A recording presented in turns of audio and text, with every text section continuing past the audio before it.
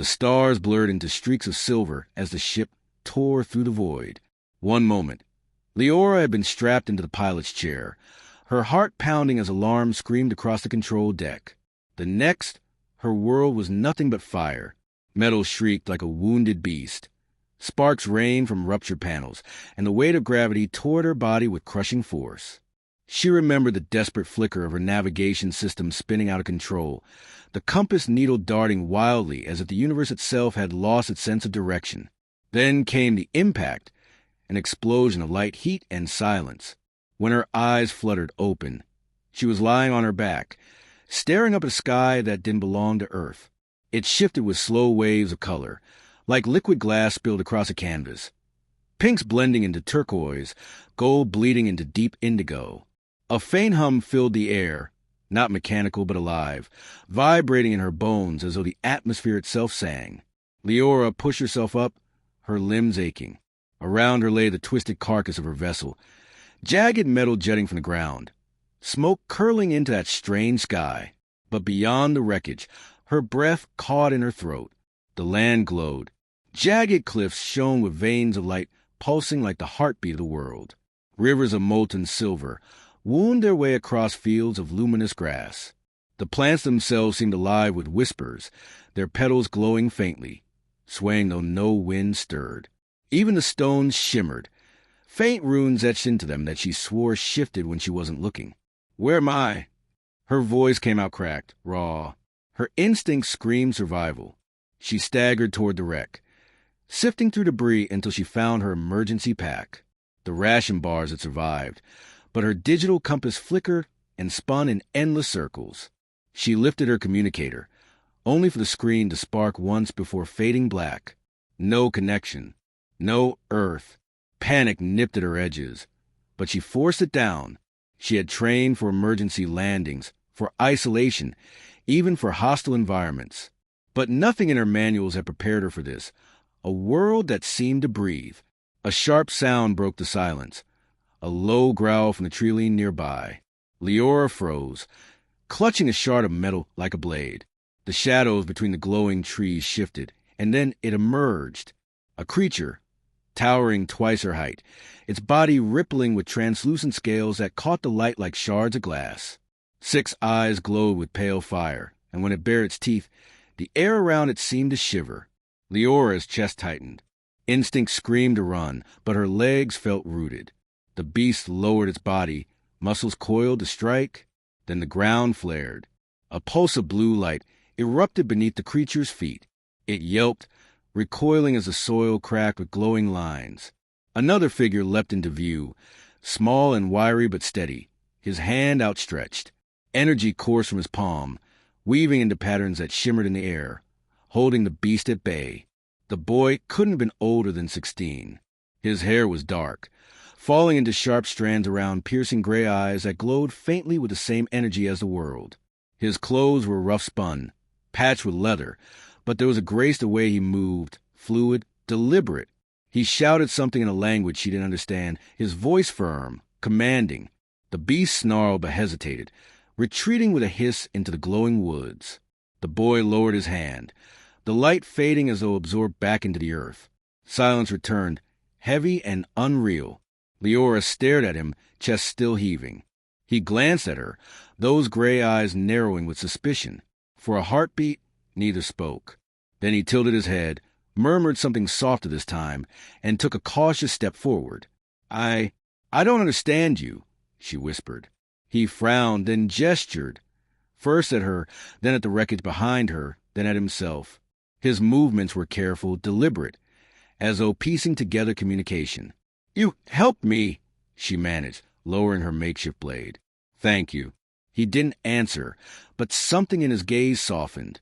He held out a hand, not touching her, just offering, an invitation or maybe a test. Her stomach nodded. Trusting a stranger in a world like this felt reckless.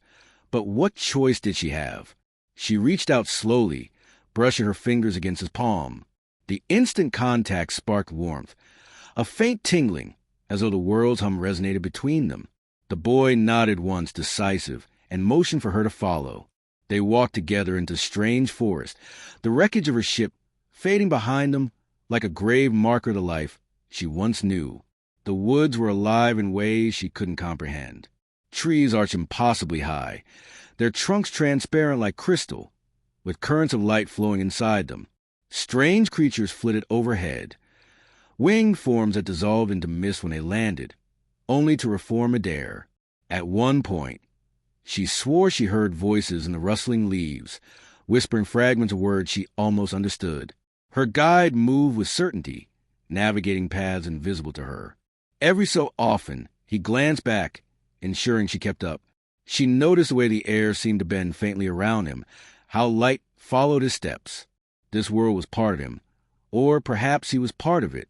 Finally, they stopped near a clearing where the grass glowed soft blue, casting gentle light. The boy crouched, pulling a fruit from a low branch. He split with practiced ease, offering half to her.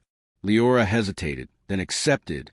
The taste was unlike anything she'd known, sweet, tangy, and strangely filling, as though warmth spread through her veins with each bite. He pointed to himself and said clearly, "Kale." Her chest loosened. A name, his name. She swallowed, then tapped her chest. "Leora." His lips curved, just faintly, into something like a smile. For the first time since the crash, hope flickered in her heart. She wasn't alone. But as night descended, a sky of 2 moons, stars swirling in constellations she couldn't name, she knew this was only the beginning. The air pulsed with energy, and the ground beneath her seemed to vibrate with secrets. She had survived the crash. Yes, but survival here would demand far more than ration packs and grit. As she lay on the glowing grass, listening to the hum of a world alive, her eyes drifted to Kale, who sat watchful, his hand hovering near the ground as if connected to it. She had no idea why fate had thrown her here, but one truth settled heavy in her chest. This boy and this strange, impossible world were bound to her now, and somewhere deep inside, the world seemed to agree. The next days blurred into a rhythm both strange and wondrous.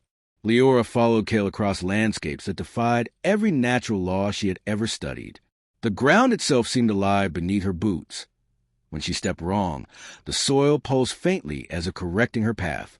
The air, though light and breathable, thrummed with invisible currents that tugged at her skin. Kale moved like a creature born of this world, calm, deliberate, in tune with its every nuance. He would pause sometimes, place his hand to the ground, and close his eyes. Leora noticed the way the earth answered him. The grass brightened, the air shifted, and sometimes the faint glow of runes rippled outward like ripples in water. She watched in awe, her mind chasing explanations. Energy conduction? Electromagnetic resonance? She muttered to herself more than once, only for Kale to glance back with a raised brow. Her scientific framework felt pitiful against what she saw here. On their 3rd morning together, Kale led her into a village that seemed to have grown out of land rather than been built upon it. Houses were carved from colossal roots, windows glowing with soft blue crystals. Bridges of woven vines stretched between treetops, their fibers strong enough to hold carts pulled by creatures with 6 legs and shimmering hides.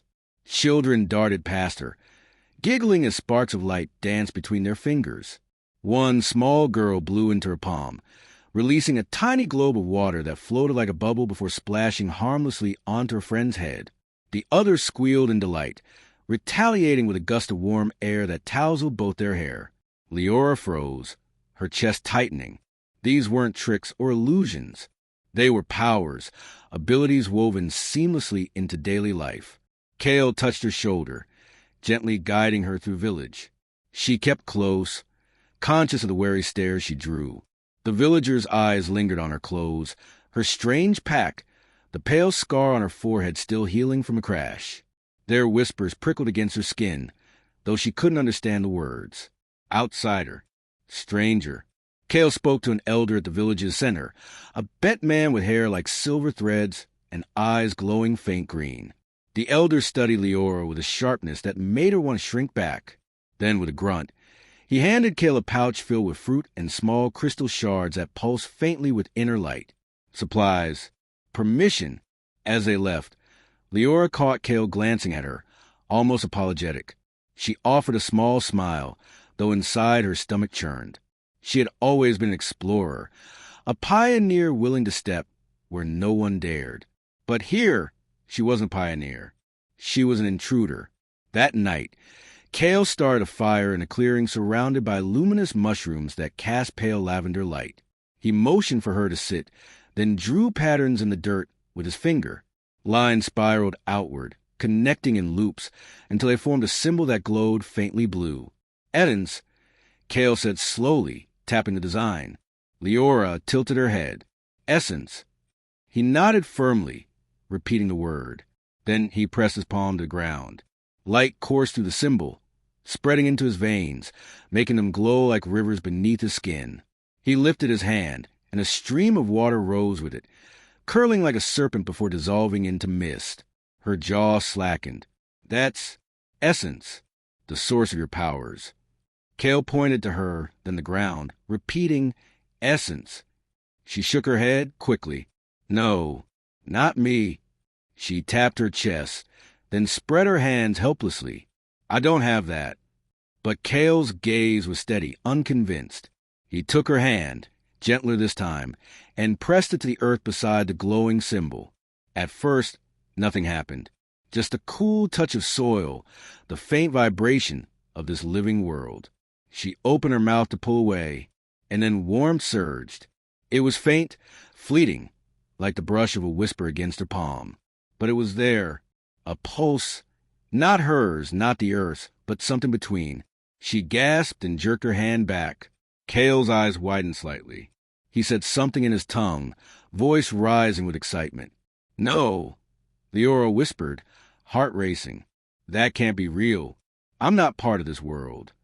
But doubt gnawed at her. She remembered the way the air had resonated when they first touched hands, the way the soil had flared beneath her steps when she panicked during the beast's attack.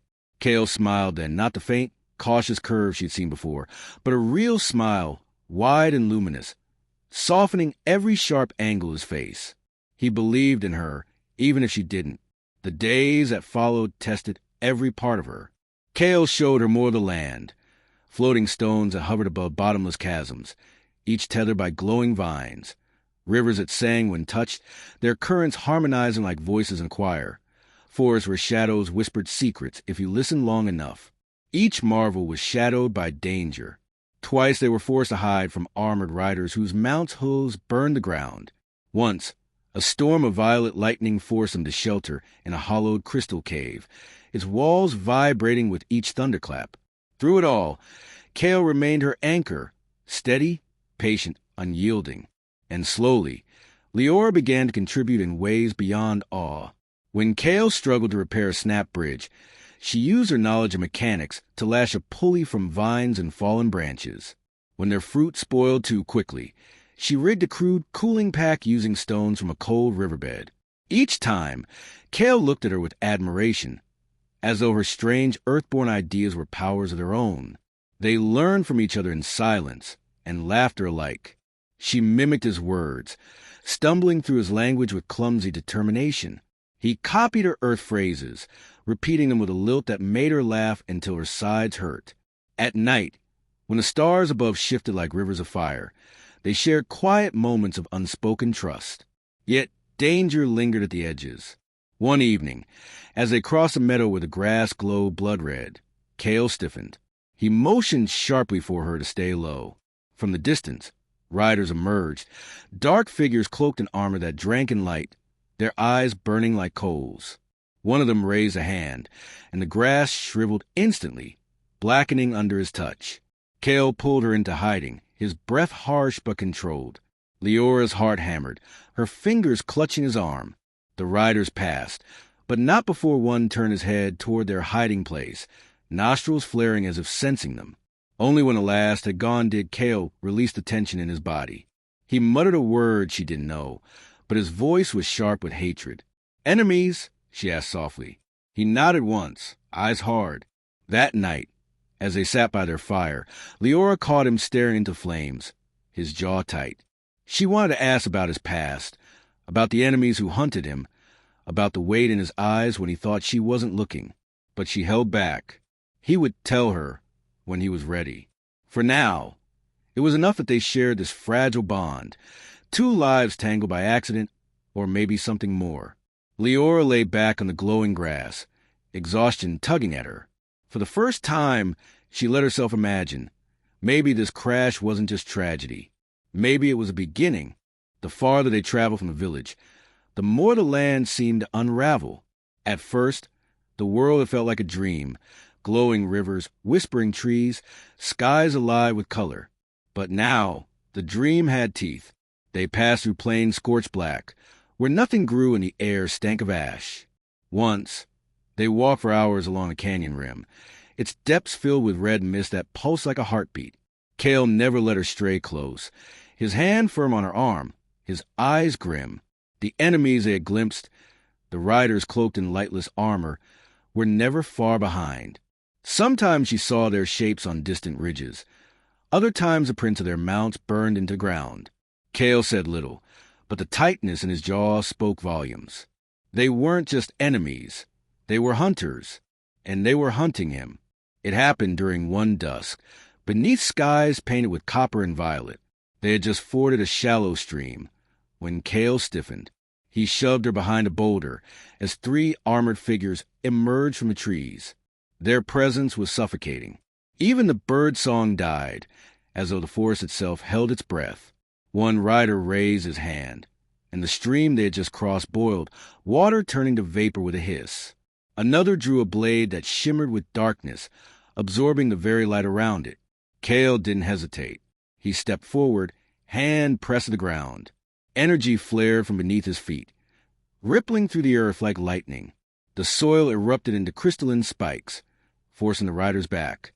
Leora's heart thundered as she gripped her shard of metal, her makeshift blade, useless against power like theirs.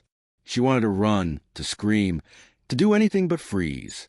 But Kale was already moving, light blazing from his palms, each strike precise, desperate.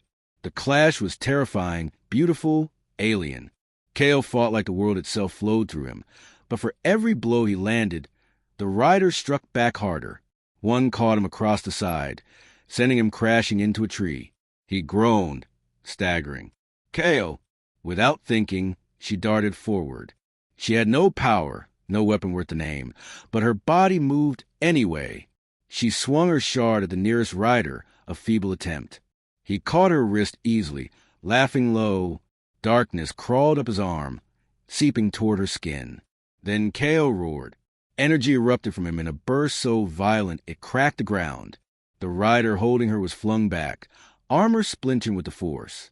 Light streamed from Kale's veins, his eyes blazing silver.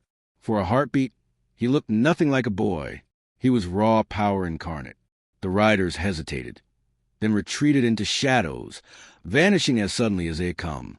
Silence fell, broken only by Leora's ragged breath. She stumbled toward Kale, who had collapsed to his knees, trembling. His skin glowed faintly still, sweat dripping from his brow. She caught him before he fell. "You idiot," she whispered, voice breaking. "You could have died." He smiled faintly, eyes half-lidded. "Safe," he murmured in his broken earth tongue. "You safe." Her chest ached. She didn't understand why he mattered so much already, why the thought of losing him terrified her more than being stranded on this impossible world. But she couldn't deny it any more. She needed him, not just to survive, but to feel whole. That night, they camped in the hollow of a ruined temple. The stones glowed faintly, runes crawling across their surfaces like living script. Kale lay weak but alive, his breathing steady. Leora sat beside him, tracing the runes with her eyes. When she closed her own eyes, visions flickered. A vast core of light deep beneath the world, pulsing like a sun. Her ship, spiraling uncontrollably toward this place. Kale, standing at the center of it all, energy streaming from him like a beacon. Her eyes flew open, sweat on her brow. The crash hadn't been random. This world had drawn her here. The realization sank into her bones. She wasn't just lost, she was chosen. At dawn, Kale stirred.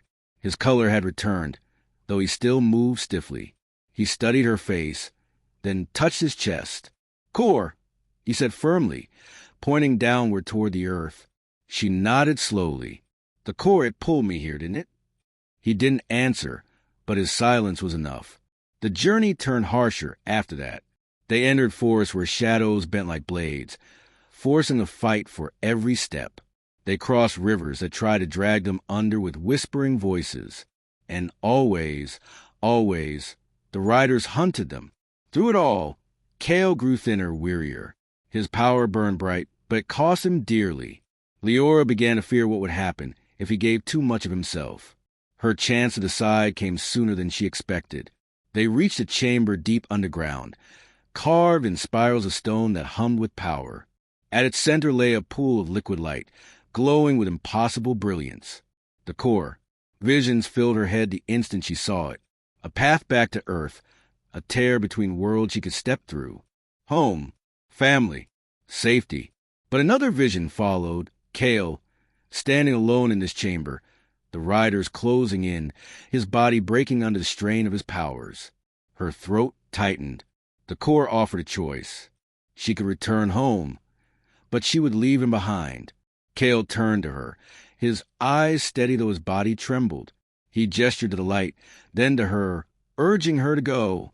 His lips curved faintly, as if to say it was okay, that she had a home waiting. Tears burned her eyes. "Don't you dare," she whispered fiercely. "Don't you dare ask me to leave you."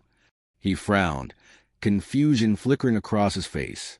She stepped closer, pressing a hand to his chest where the light of his essence still faintly glowed. "I don't care what this core wants. I don't care what it takes. I'm not going home without you." For a heartbeat, silence. Then his eyes widened, softening with something like disbelief. His hand rose slowly, brushing against hers. The core pulsed, brighter, louder, as if acknowledging her defiance. And in that moment, she knew her destiny wasn't to escape this world alone.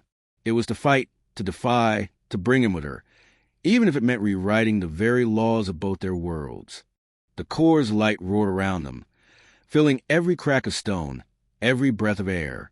Leora clutched Kale's hand tightly, refusing to let go even as the brilliance stung her eyes. The ground trembled, runes blazing across the walls like veins of fire. The chamber wasn't just a place. It was alive, aware, watching her choice unfold. "Together," she whispered, her voice hoarse but steady. "Or not at all." Kale's eyes searched hers. There was fear in them, yes, but also something softer. Trust. For so long, he had carried his burden alone, hunted, orphaned, half convinced he was cursed. And now, here she was, a stranger from another world, declaring she would share it. The core responded. The pool of liquid light began to swirl, rising in a column that twisted like a storm. Within its depths, visions flickered. Her home world, the sterile gleam of space stations, the blue-green marble of Earth suspended in the void. Her family's faces, grainy but achingly familiar. Her chest constricted. She had wanted this so desperately. A way back, a return in normalcy. But as Kale's fingers tightened around hers, grounding her, she realized she no longer wanted normal. She wanted him. The core tested her resolve.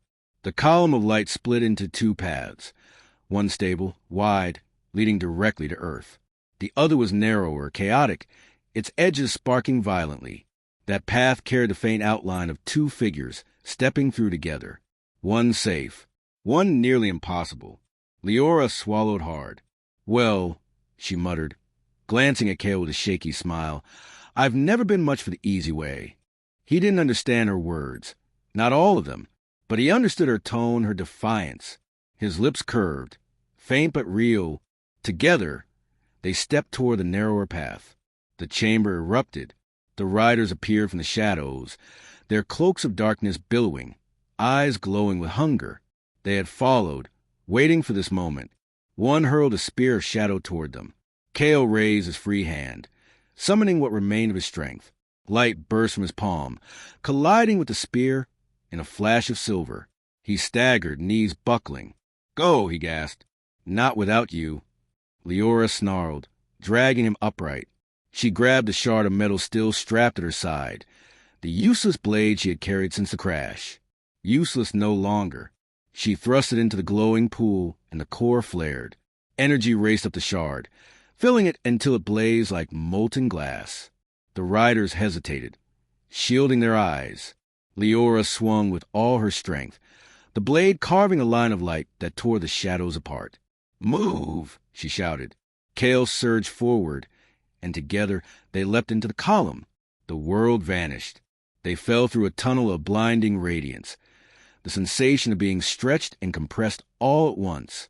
Leora clung to Kale's hand, screaming though no sound left her throat. Visions battered her, glimpses of Earth, of the strange world they left, of possibilities where she walked alone, where Kale never made it, where everything unraveled. But each time doubt clawed at her, she tightened her grip. She would not let go. With a final lurch, they spilled out onto hard ground. Cold air slammed into her lungs. She gasped, coughing, the smell of metal and oil rushing in. She blinked against harsh white light. Not the glowing warmth of essence, but the sterile brightness of halogen lamps. Her knees hit steel flooring. She looked up. They were inside a hangar, a familiar one. Her heart stuttered. She knew this place. The emblem on the walls, the rows of sleek ships, the faint hum of generators. Earth's docking station. Home. She laughed, a broken, disbelieving sound. We made it. Beside her, Kale groaned softly, his body trembling. His eyes darted around, wide with awe and fear. No glowing skies, no whispering grass. Only cold steel, sharp lines, and machines that growl with power. He whispered something in his tongue, clutching her sleeve. "It's okay," she said quickly, pulling him closer. "This is my world. You're safe with me." Alarms blared then, sharp and metallic. Uniformed guards rushed into the hangar, weapons raised. "Identify yourself," one barked. "Step away from the unknown entity." Leora rose shakily, pulling Kale behind her. "No, he's with me." The guards exchanged glances, weapons still aimed. To them, Kale was an intruder, a threat. His glowing eyes, his trembling hands still sparking faint light. Everything about him screamed alien. Leora's voice cracked. "If you touch him, you'll have to go through me." The defiance in her tone made even the guards falter. A captain stepped forward, visor lifting to reveal sharp, calculating eyes. "You vanished weeks ago," he said slowly. "Your ship was presumed lost." His gaze shifted to Kale. "And you brought him?" "Yes," she snapped. "He saved my life. And I'm not leaving him behind. Not now, not ever." Kale tugged at her sleeve, whispering her name, confusion and fear in his voice. She turned, cupping his face gently. "It's okay," she murmured. "They'll learn. We'll make them understand." For a long moment, the hangar held its breath. Then, with a curt gesture, the captain ordered the guards to lower their weapons. Leora sagged with relief. But as she guided Kale forward, she realized the hardest part was still ahead. He was a child of another world, one of strange powers and living skies. Here, on Earth, there was no essence, no core, no bond between people and land. Would he wither in this place? Or could he adapt as she had his? The question gnawed at her. But when she looked at him, at his wide gray eyes, at the faint curve of his lips when she squeezed his hand, she knew her answer. She would teach him. She would fight for him. And maybe, just maybe, he would teach her something in return. That night, when she lay in her quarters for the first time in weeks, she couldn't sleep. She stared at the ceiling, listening to Kale's steady breathing in the bunk across from hers. He looked smaller here, without the glow of his world, without its power thrumming in the air. Vulnerable. Human. Her throat tightened. She whispered into the dark, though he couldn't understand. "You're not alone anymore. Not while I'm here." And as if hearing her, even in sleep, Kale shifted closer, his hand dangling just within reach. Leora took it. For the first time since the crash, she didn't feel like she had lost everything. She felt like she had found something new. Not just survival. Not just home. A future. Together.